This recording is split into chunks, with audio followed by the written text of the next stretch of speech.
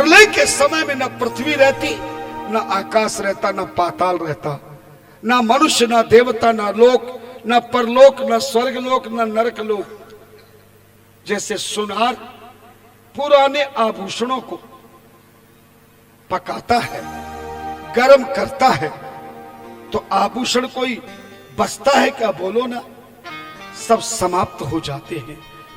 लेकिन प्रलय के बाद भी एक चीज है जो कभी नष्ट नहीं होती। जैसे सुनार आभूषणों को अग्नि में गलाता है तो सारे आभूषण का आकार, विकार, प्रकार, साकार सब समाप्त हो जाता है, मगर पिघलने के बाद भी सोना कभी समाप्त नहीं होता है क्या? बोलो ना। इसी प्रकार से पूरी सृष्टि का प्रलय होने के बाद भी जो कण कण में व्याप्त परमात्मा है वो कभी समाप्त नहीं होता। जैसे सृष्टि की रचना परमात्मा करता है तो सबसे पहले अपने आप को प्रकट करता है। तो परमात्मा ने सृष्टि की रचना के लिए सबसे पहले अपने आप को प्रकट किया। ये जो परमात्मा अपने आप को प्रकट किया, जो कण कण में व्याप्त परमात्मा था, वो मूर्त रूप में, साकार रूप में प्रकट हो गया। ऐ मूर्तेन स्वमूर्तिश्च तेना कल्पिस्वलीलया सरस्वर्ये गुणोपेता सर्वज्ञानमयी शुभा। जिस परमात्मा ने अपने आप को प्रकट किया मूर्ति रूप में, साकार रूप में, उसके शरीर पर कोई कपड़ा नहीं था, वस्त्र नहीं थे, कोई आभूषण नहीं था, पूरा नंगा शरीर था उस परमात्मा का जिसने अपने आप को प्रकट किया। केवल उसके सर पर बाल ही बाल थे। जैसे माता का बच्चा जन्म लेता है तो उसके शरीर पर कोई कपड़े होते हैं क्या? बोलो ना। केवल सिर पर बाल ही होते हैं। ऐसे ही परमात्मा जब प्रकट हुआ, उसके इतने बाल बड़े थे कि पूरी त्रिलोकी में बाल ही बाल चमक रहे थे। पूरा अंधकार में वातावरण था, क्योंकि सूर्य चंद्रमा सब समाप्त हो गए तो अंधकार हो गया। परमात्मा ने अपने साथ अपनी शक्ति को भी प्रकट किया। शक्ति तदय कलेनापि स्वरम विहरताम तनु। शक्ति को प्रकट किया और स्वयं परमात्मा ने अपने आप को प्रकट किया। जिस परमात्मा ने अपने आप को प्रकट किया उसने अपना नाम सदाशिव रखा। क्या नाम रखा? उसने अपना नाम सदाशिव रखा। शक्ति का नाम शिवा रखा। क्या रखा? शिवा। सदाशिव और शिवा। शिव का अर्थ होता कल्याण करने वाला और सदा का मानी हमेशा। जो हमेशा कल्याण करने वाला है वही परमात्मा प्रकट हुआ सदाशिव के नाम से, और शक्ति का नाम रखा शिवा। अपने रहने के लिए एक नगर को भी प्रकट किया। जिस नगर को प्रकट किया परमात्मा ने, उस नगर का नाम रखा आनंदवन। क्या नाम रखा? आनंदवन। जैसे परमात्मा प्रलय में नष्ट नहीं होते, ऐसे ये आनंद वन भी प्रलय के समय में कभी नष्ट नहीं होता। अजर अमर नगर है। अभी आपकी समझ में नहीं आएगी, ये भी आ जाएगी। यही आनंद वन जैसे परमात्मा ने प्रकट किया, बाद में परमात्मा ने इसी आनंद वन का दूसरा नाम रखा काशी नगरी। कौन सी नगरी? जोर से बोलो। काशी नगरी। और काशी नगरी के बाद इस नगर का नाम तीसरा पड़ा वाराणसी। क्या नाम पड़ा? वाराणसी। और अंतिम में सरकार ने इसका नाम रख दिया बनारस। खा के पान बनारस वाला, खुल जाए बंद अकल का ताला, ऐसी काशी नगरी है। धन्यवाद। काशी नगरी को प्रकट किया, तभी सृष्टि की रचना प्रारंभ कर दी। सबसे पहले एक देव को प्रकट किया, जिस देव के सर पर घुंघराले बाल थे, पीले वस्त्र थे और पीले वस्त्र पहने, मुकुट लगाए, माला पहने, शांतस्तप्त गुणोर्दिरक्तो गंभीर्यामिति सागर है तथा च क्षमया युक्तो मुने लब्धो परो मग्र। पृथ्वी के समान क्षमा करने वाला, समुद्र के समान स्थिर रहने वाला धन्यनाथ। जैसे ही देवता को प्रकट किया, सदा शिव ने, उस देव ने हाथ जोड़ के कहा कि मेरा क्या नाम है जो तुमने मुझे पैदा किया, मेरा नाम निकालो। परमात्मा ने कहा, विष्णुवती व्यापक त्वाते नाम ख्यातम भविष्यति बहु अन्यानि नामानि भक्त सोखे करार है। ऐ देव, मेरी सृष्टि में पहले देव हो, तुम सारी त्रिलोकी में व्याप्त रहोगे, इसलिए तुम्हारा नाम विष्णु होगा। क्या नाम होगा? विष्णु ने कहा कि मैं काम क्या करूं? बोले तपह कुरु दृढ़ो भूत्वा परमम कार्य साधनम। तुझे सृष्टि का काम करना है, पालन करना है। इसी काशी नगरी में मेरा ध्यान करके, शक्ति का ध्यान करके, मेरे द्वारा दिए मंत्र का जाप करते हुए, ऐ विष्णु तुम दृढ़ तपस्या करो, कठोर तपस्या करो। भगवान सदाशिव के कहने पर विष्णु भगवान ने काशी में बैठकर घोर तपस्या करी। इतनी घोर तपस्या करी, इतनी घोर तपस्या करी कि विष्णु के शरीर से पसीने की धारा बहने लगी। इतने पसीने की धारा बही, ऐसे पसीने की धारा बही जैसे बारिश के दिनों में पहाड़ों में से पानी के झरने गिरते हैं। विष्णु भगवान के शरीर से पसीने के रूप में इतना जल प्रकट हो गया कि पूरे त्रिलोकी में जल ही जल पैदा हो गया। उसी जल में विष्णु लेट गए। विष्णु के लेटते ही विष्णु की नाभि में से एक कमल की डंडी निकली, उसमें से कमल का फूल निकला तो दूसरा देव प्रकट हो गया। ये कमल के फूल में प्रकट हुआ दूसरा देव, सफेद दाढ़ी, सफेद मूछ, सफेद वस्त्र पहने, 5 मुख, 4 मुख तो दिखाई दे रहे थे, एक मुख छोटा सा कपाल में छुपा हुआ था।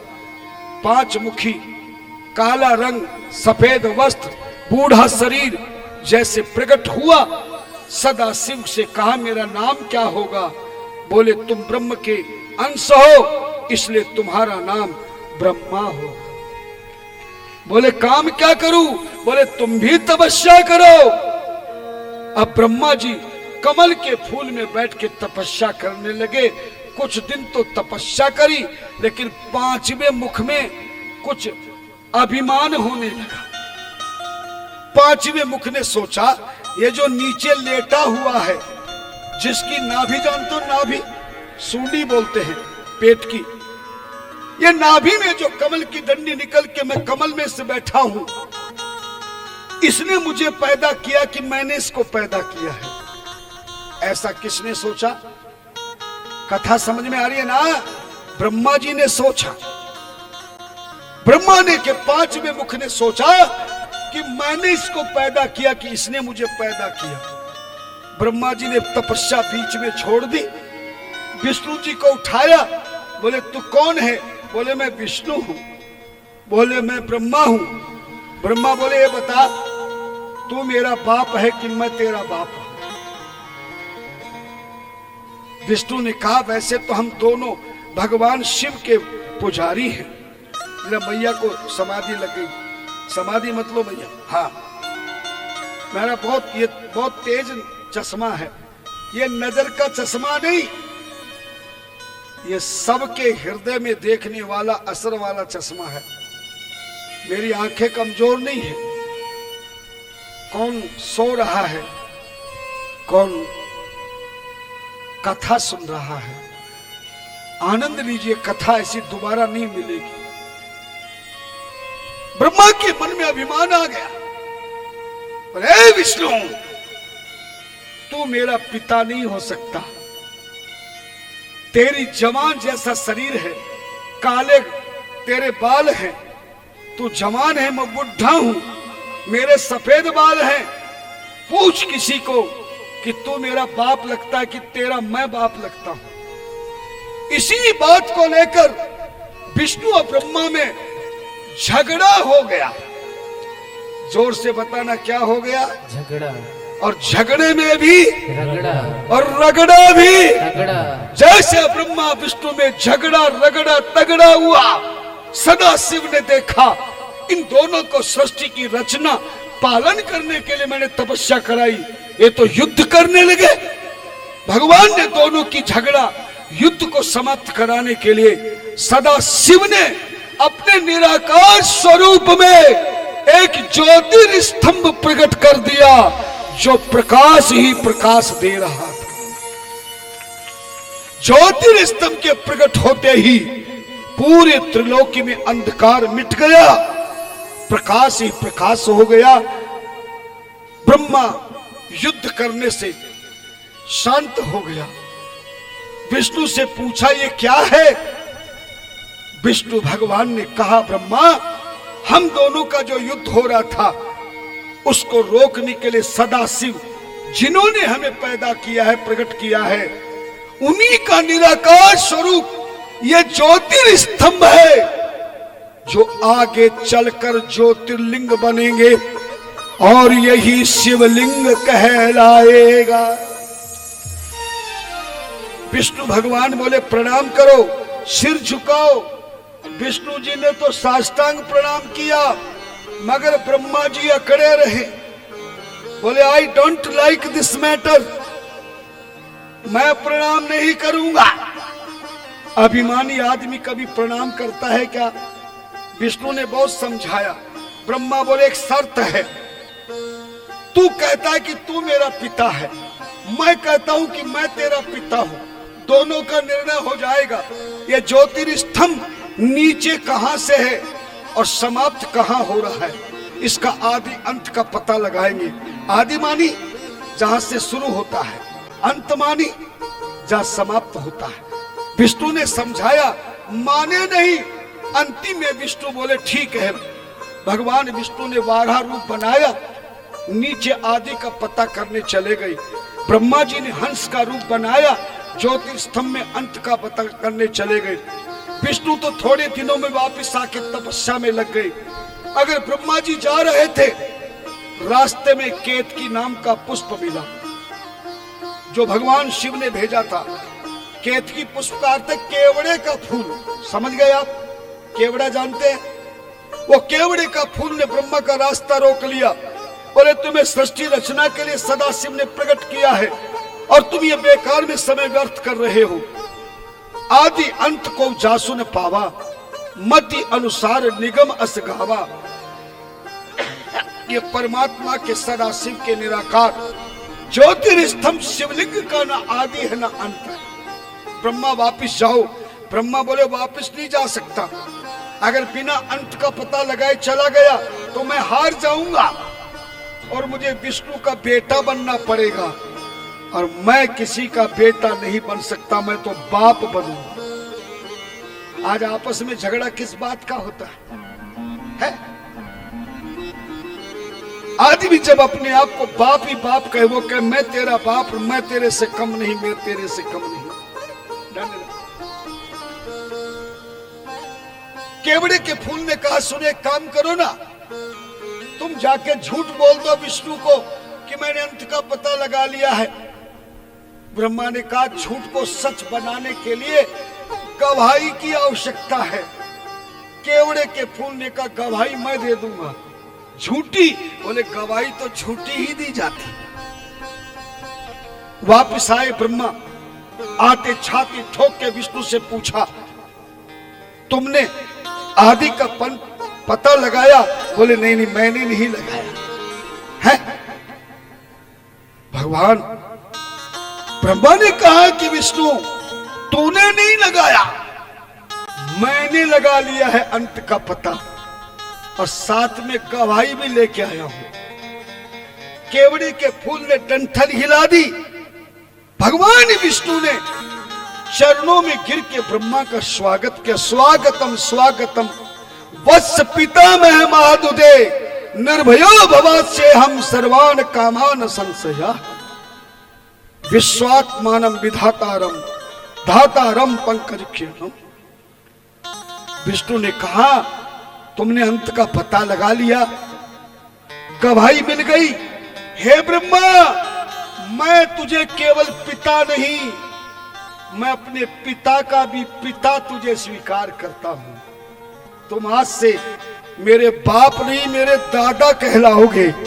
तुम पितामह के नाम से विख्यात हो जाओ। हालांकि विष्णु ने तो स्वीकार किया, लेकिन शिव भगवान ने देखा मेरे तपस्वी विष्णु का इतना घोर अपमान ब्रह्मा ने किया है। भगवान शिव को क्रोध आ गया। भगवान शिव को इतना क्रोध आया कि भगवान शिव की आंखों की बोहों में से, भगवान शिव के आंखों की बोहों में से एक विकराल रूप देव प्रकट हो गया, जिसकी बड़ी बड़ी भुजाएं, बड़े बड़े पांव, बहुत लंबा शरीर, मोटी मोटी आंखें और काला शरीर, हाथ में तलवार लेकर भगवान शिव से बोला, किम कार्यम कर्मण्य अत्र शीघ्रम आज्ञापय प्रभो।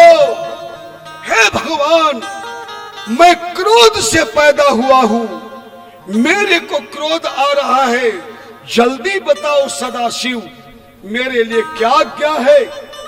तभी सदाशिव ने आदेश किया, वत्सोयम विधि साक्षात जगताम अद्य देवतम नूनम अर्दे खड़गेन निगमना जौसाफरम। है काल पुरुष, मेरा आदेश है, ब्रह्मा का जो पांचवा मुख कपाल में छिपा हुआ झूठ बोल रहा है, तुम तलवार से काट कर मेरे सामने चढ़ा दो, यही काम तुम्हें करना है। वो काल पुरुष गया, ब्रह्मा के पांच मुख के बाल पकड़े, सिर को काट करके शिव जी के चरणों में चढ़ा दिया।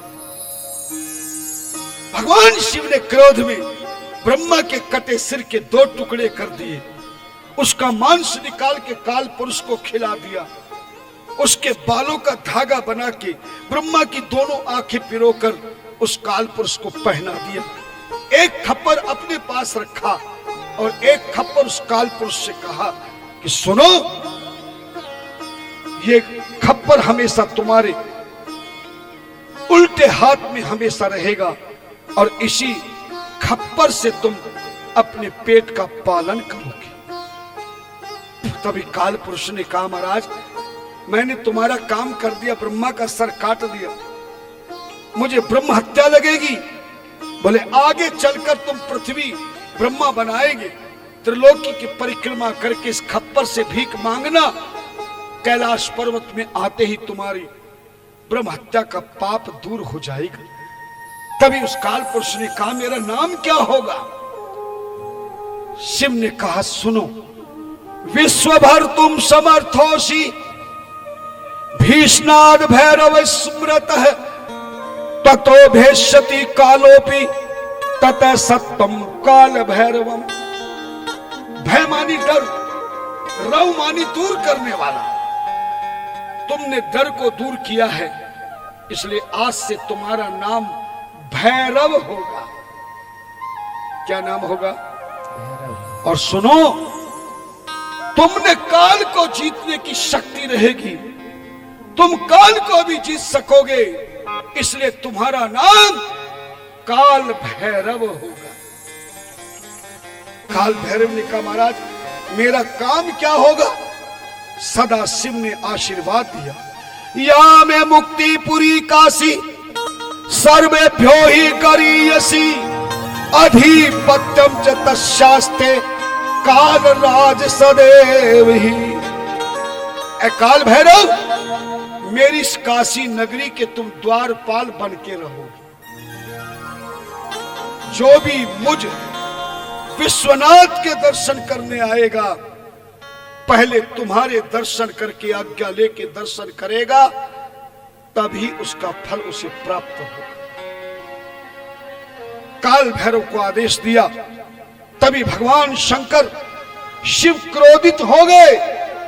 इतने क्रोध में भर गए भगवान शिव, इतने क्रोध में भगवान शिव भर गए कि उन्होंने ब्रह्मा को श्राप दे दिया। सदा शिव ने कहा, ब्रह्मस्तुम अरणाकांक्षी सठमी स्वत्वम मास्ततः नातस्ते सत्कृति लोके भूतास्थानोत्सवादिकम। हे ब्रह्मा, तूने अभिमान करके विष्णु का अपमान किया है, जा मैं तुझे श्राप देता हूं। जो तू सृष्टि की रचना करेगा, देवलोक, पृथ्वी लोक, पाताल लोक बनाएगा, उस पृथ्वी लोक में तेरे द्वारा बनाए हुए सारे देवी देवताओं के मंदिर बनेंगे। घर में भी मंदिर बनाएंगे, नगर में भी मंदिर बनेंगे, तीर्थों में मंदिर बनेगा। मगर ब्रह्मा, जा मैं तुझे श्राप देता हूं कि तेरा मंदिर किसी भी घर में, किसी नगर में, किसी तीर्थ में तेरा मंदिर नहीं बनेगा। दूसरा श्राप दिया, सभी देवी देवताओं की पूजन होगी, मगर किसी भी देवता के साथ ब्रह्मा तेरी पूजन नहीं होगी। अब तो श्राप दिया, केत की पुष्प से बोले, केवड़े के फूल से कहा, तूने झूठी गवाही दी है, जा केत की पुष्प तुझे श्राप देता हूं। दुनिया में ब्रह्मा के द्वारा पृथ्वी पर हजारों फूल पैदा होंगे, सभी फूलों से भगवान समस्त देवी देवताओं की पूजा होगी, लेकिन ए केत की पुष्प, ए केवड़े के फूल, तेरे फूल से किसी की भी पूजा नहीं होगी। तभी ब्रह्मा केत की पुष्प चरणों में गिर गई। विष्णु जी ने प्रार्थना की, महाराज अज्ञानता से ब्रह्मा से भूल हुई है, केत की पुष्प ये भूल, इसे क्षमा कर दो। तब भगवान सदाशिव ने विष्णु के कहने पे ब्रह्मा और केत की पुष्प को वरदान दिया। बोले, ब्रह्मा, मेरे श्राप के कारण तेरा पृथ्वी पर कहीं मंदिर नहीं होगा, मगर जा मैं तुझे वरदान देता हूं, तूने अपनी गलती की क्षमा मांग ली है। ये जो केत की पुष्प है, ये मेरे ज्योतिर्स्तंभ में रहेगा। जब तू पूरी पृथ्वी की रचना कर दे, तो इस केत की पुष्प को उठाकर पृथ्वी पे छोड़ देना। जा मैं तुझे वरदान देता हूं, ये केवड़े का फूल पृथ्वी के जिस जगह पर गिरेगा, वहां बहुत बड़ा तालाब बन जाएगा, वहीं पर तेरा नगर होगा। तू 12 साल तक ब्रह्मा यज्ञ कर लेना, पूरी दुनिया में वहीं पर तेरा मंदिर बन जाएगा, और वो नगर इस पुष्प के नाम से होगा। उस नगर का नाम पुष्कर राज होगा। क्या होगा? ताली भी ना बजाते। बात समझ में आ रही? केत की पुष्प से कहा, तेरे फूल से कोई पूजा नहीं होगी, मगर जा मैं तुझे वरदान देता हूं, तेरे फूल में से जो जल निकलेगा वो इत्र बनेगा, सेंट बनेगा। तेरे सेंट के बिना किसी भी देवी देवता की पूजा नहीं होगी। तभी भगवान विष्णु को वरदान दिया, है विष्णु, तुमने शरीर से जल प्रकट किया है, और इस जल को शास्त्र भाषा में नीर कहा जाएगा। इसलिए हे विष्णु, एक तो नाम तेरा विष्णु भगवान होगा, तूने नीर को पैदा किया है। इसलिए हे विष्णु, मैं तुझे वरदान देता हूं कि नीर को पैदा करने के कारण तेरा दूसरा नाम नारायण हो। धन्यवाद। बहुत सुंदर कथा है। आपो नारा इति प्रोक्ता, आपो वै नरसून वह अयनम तस्ता पूर्वम ते नारायण स्मृतः। नीर को प्रकट करने के कारण तेरा दूसरा क्या नाम होगा? जोर से बोलो, नारायण। और ये जल भी नारायण का रूप होगा। संसार में जो पैदा होगा वो भी जल से होगा, जिंदा रहेगा वो भी जल से जिंदा रहेगा, और मरने के बाद किसी की गति होगी तो इसी जल के द्वारा होगी। और में मनुष्य, जीव जंतु, पशु पक्षी, पेड़ पौधे इस जल के बिना पैदा नहीं होंगे। संसार में प्रत्येक वस्तु के बिना मनुष्य जीवित रह सकेगा, पर जल के बिना कोई जीवित नहीं रह सकेगा। ये जल ही नारायण का रूप होगा। ये जल ही अपवित्र शरीर को पवित्र करेगा। जो भी कोई पूजा करेगा उसी की पूजा पाठ स्वीकार होगा। जो हाथ में जल लेकर संकल्प करेगा उसके बाद की गई पूजा का उसे फल प्राप्त होगा। और कहा, किसी भी मेहमान का स्वागत, किसी संत का स्वागत, किसी भक्त का स्वागत घर में सबसे पहले इसी जल से किया जाएगा। और जल के स्वागत से सारा स्वागत स्वीकार हो जाएगा। पैदा होगा तो जल से, जब बच्चा पैदा होता है तो सबसे पहले उस बच्चे का कौन सा काम करते हो? जल से स्नान कराते हो। और जब आदमी मर जाता है तो घर से ले जाने से पहले, बोलो ना, पंडित जी के पास जाओगे, पूजा करने बैठोगे तो पंडित जी अपनी पूजा किस चीज से शुरू करेंगी? ओम केशवाय नमः, माधवाय नमः, नारायणाय नमः।